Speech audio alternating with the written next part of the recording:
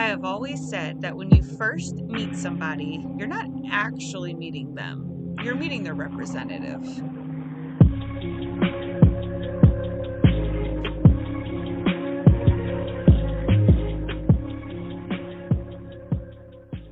Hey, everybody, welcome to Crime Over Cocktails. I'm Tiffany, your host, and today we're going to cover the case of Tanya, Petro, and Ron Paoletto. While I'm going to admit I need a little hair of the dog, I do believe I had a little too much fun in the sun this weekend. So some Mick Ultra is where we're going tonight. Tanya Petro was 33 and a single mother of two children, and she was trying, the rest of us are trying to do, she's trying to survive. Tanya was just a really genuinely nice and giving person. She'd give you the shirt right off of her back if you needed it. She was just very sweet. She moved to South Carolina for a fresh start after the split from her children's father, Kevin, and moved into Lake Elsinore. They had broken up while she was still pregnant due to him starting to get mentally and physically abusive. She started to go to school to become a surgical nurse, but that school ended up closing its doors and she couldn't find any other school that would take the credits. So she ended up getting a job at the local convenience store. Becky Hill was a coworker at the store and they became very close, fast friends. They actually even became neighbors. They spent a lot of time with each other and they talked to each other practically every single day. One night, while she was working the store, she stepped outside to feed some of the cats that had been hanging out in the area. She asked if she could take like a little 15 and decided that, she just wanted to make sure that they weren't going to starve. She loved animals. While she was outside, that's when she meets Ron Gibson. He was walking up to the store and he saw her putting out food, but there's no animals out there. So he kind of asked her like, what you doing? And she told him she just wanted to make sure they had something to eat. And so he reached into his backpack and took out a couple pieces of tuna and threw them out for them and said, hopefully this will bring them over here. And at that point, she was just smitten. Somebody else was kind and thought of animals. He asked her if she would like to go get a bite to eat. Definitely was hesitant. She didn't really date much. Her kids were her life. She didn't get many breaks. So she told him that she was actually working, but she was on a break. So he offered to take her out after her shift. But she told him that, she was a single mom and she can't get sitters that easy. Well, it turned out that Ron also was a single parent of three girls. He was very nice and funny, and he worked in construction. So she thought he must be a really hard worker and a good provider. She really thought it was attractive that he was a single parent of three girls. She thought, wow, this guy, not many people can do that. That's great. So when he asked her again, are you sure you can't get away? Are you sure you can't get a babysitter? She this time said, let me work on it. 3 days later was their first date. Over dinner, they talked to get to know each other. She told him that she had gone through a bad breakup just about 4 months prior. He also shares that his ex, Renee, was in and out of jail and that it's been really tough on his girls and that they need a mother figure. By them sharing stories, they were starting to share a common ground. They both understood what it was like to be single parents. And she found that very attractive that he was able to hold his own. They decided after a few dates that they wanted to bring the families together since the kids were close in age. It started to move rather quickly, but in the moment, it just felt right for them. She was happy. They were having family dinners. He would even cook sometimes. The kids would all play in the yard. It was like a picture perfect family. Unfortunately, though, it wasn't that long into the relationship until Tanya's friends started to see some red flags. One day, Becky was outside doing yard work, and Ron and Tanya's son were out there throwing the football back and forth. And when he went to throw it to the son, he didn't catch it. And I guess apparently this really upset Ron. He started to belittle him and call him names and say things like, can you do anything right? What do you mean you can't catch a ball? Becky said that after that, she watched out for everything. She wanted to make sure that her friend was going to be okay because it just seemed like he had became very angry overnight. 2 months in, Tanya's still happy. but she is noticing that he's getting more and more controlling and that he would act out over little things that he did not need to act out about. Little things, small things. One night, they had Tracy, her sister, and Becky over for dinner and drinks. Tanya went and made another round of drinks for everybody, and when she came back, she handed them all out. And when she gave him his drink, he just flipped out of like nowhere. And the reason why was because there was a lemon instead of a lime. And I believe he said something to the effect like, is she colorblind, or do you not know what color a lemon or a lime is? And then just stormed off into another room. He was starting to turn into a different person.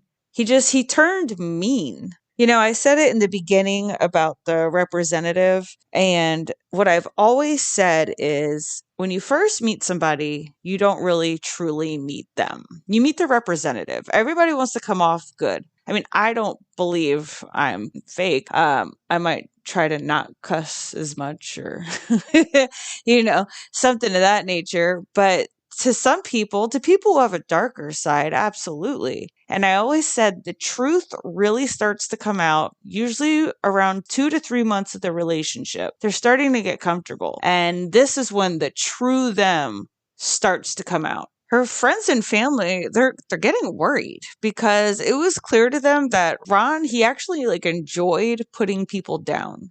It made him feel good. Becky could sometimes hear them yelling or slamming doors over at her house. Tanya also started to notice that he wasn't as much of a poor single father that he claimed to be. His kids were mostly with his parents. He never had them. Since he is in construction, sometimes they get laid off here and there from their construction jobs. So when he wasn't working, all he wanted to do was just drink all day. His job, it wasn't dependable. December 20th of 2010, Tanya calls her sister to ask her for some advice. She doesn't know what to do anymore. She's over the tension and the walking around on eggshells. She said that she felt like she was back with Kevin. Her sister told her to leave him, but she just couldn't walk away yet. As Christmas gets closer and things start to go back to normal, they're having family time again. And he's being good with her kids. He asked her to come to a birthday party in Landers with him. That was for one of his daughters, but unfortunately, that would be short-lived. He was helping her son with homework, and she could hear him slapping her son when he got a question wrong. And that's when she fucking threw him out. Like, you gotta go. That was it. She kicked him out, and on his way out the door, he looked at her and he told her, "You're going to regret this." January 2011, it's been probably around 2 weeks, and he starts sending her the "I'm sorry" flowers and the gifts at the door. At this time, she actually has both exes trying to woo her. I mean, get it, girl? Her ex, Kevin, and him. I mean, they're not really winners, so maybe not. But, so now she's fighting off two people that she does not want anything to do with. She just wants a happy, calm, fun life. That's all she wants. One day while she's home, she catches Ron coming through her window at the house and freaks out, of course. Was like, "What the fuck are you? You're not supposed to be here." And he said, he just happened to be in the neighborhood and he wanted to get his stuff. She hands him over the box, which was everything she had from him, and then tells him that there were Christmas presents in the box for his kids. He told her that they really missed her and convinced her to go with him to the birthday party. Tanya still had their Christmas presents since they had broken up before she could give it to them personally because of the fight. So, he's like, "Why don't you give it to them? This way you can say goodbye, you can hand them the gifts, and then you can come home." And she's like, "Okay, well, if I go, I can't stay long," because she had to get her kids the next morning from Kevin. And he agreed. He said, "Look, we'll go when you want to go." So she starts to get ready and she receives a phone call from her sister. Ron decides that he's going to pick it up, and she tells him to tell her that her mother had put $6,000 into her bank account to help her with the kids for shopping and everything like that. And he's, "Okay, I will give her the message." Okay, first of all, why in the hell would you do that? Hey, have my sister call me when she's got a minute. Okay, no.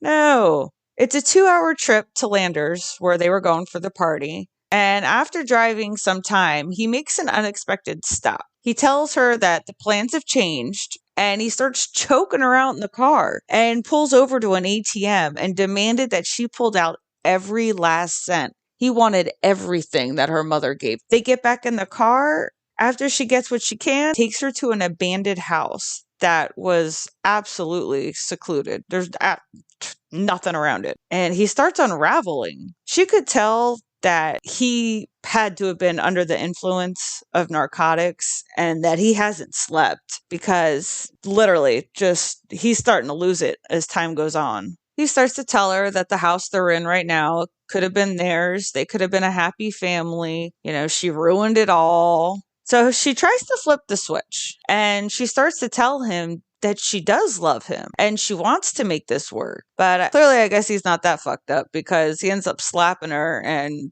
asked her, like, do you think I'm stupid? And then he tells her that it didn't matter though, because now she was his and he was never letting her go. I don't know how I would feel if those were somebody's words to me. Panicked. That's a start. As they sit in the home, he just continues to unravel. After one full day of not talking to Tanya, Becky got worried. They talked every day. So she calls her sister Tracy and says, hey, I haven't heard from her. Have you heard from her? And she's like, actually, I haven't talked to her in 3 days. So on January 7th, 2011, her sister and Becky, they go to the police station to report her missing. But the officer that was working the desk that day didn't take her seriously. And he was like, look, lady, you know, maybe she wanted away from the kids. Send her away. A few days later, Sergeant Pat Chavez finally takes the case and calls her sister in for questioning and asked her if she knew a man named Ron Paoletto. She didn't know the name. She said that she's never heard it. She didn't recognize it.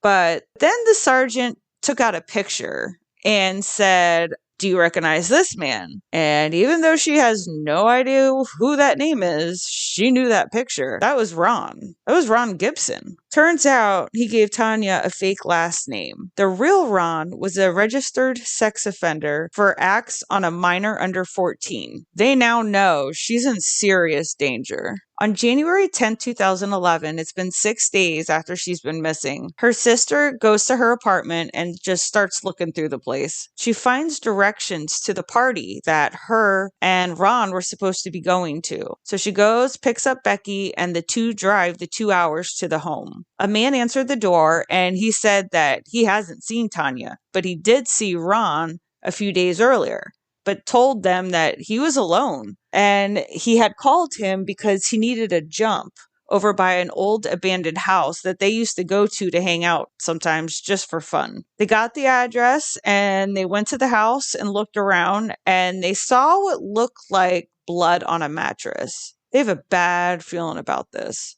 It's not until the police search the property, they find a shallow grave with her boot sticking out of it. 24 hours after the bolo, he was arrested in front of his mother-in-law's house. He was found and arrested on suspicion of violating the requirements of a sex offender registration.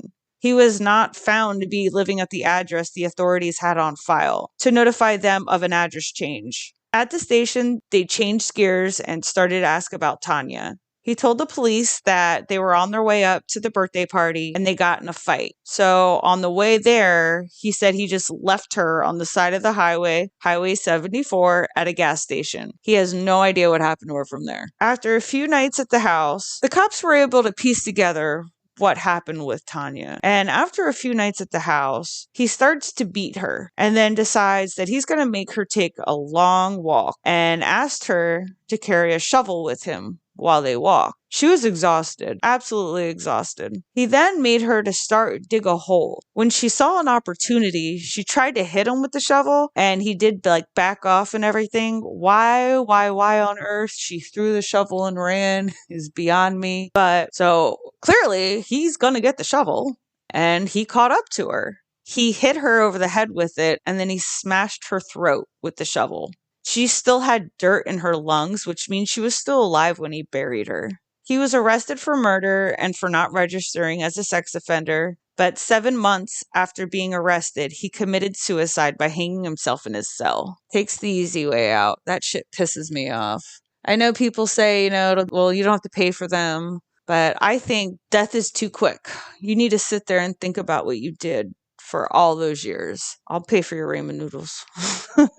Thank you guys for listening. Don't forget all the ways you can get your crime fix: Pandora, iHeartRadio, Apple, Spotify, YouTube, or wherever you listen to your podcast. Don't forget, I'm going to start making my after hour edition. While you're there, make sure to like, follow, and subscribe, or give that 5-star rating. You can head over to crimeovercocktails.com. If you would like to help support the show, check out my Patreon page where you can score yourself some free merch and check out some of the extras that are being added as we speak. I will again let you guys know when I have it all up and running. It is a work in progress, but I will have an after hours edition for every episode that I have done, where I like to give you my thoughts on the case. And they are unscripted and they are not edited. So we shall see. So make sure you come and check it out and get your nightcap with me. All right, everybody. We'll talk crime another time. Thanks. Bye.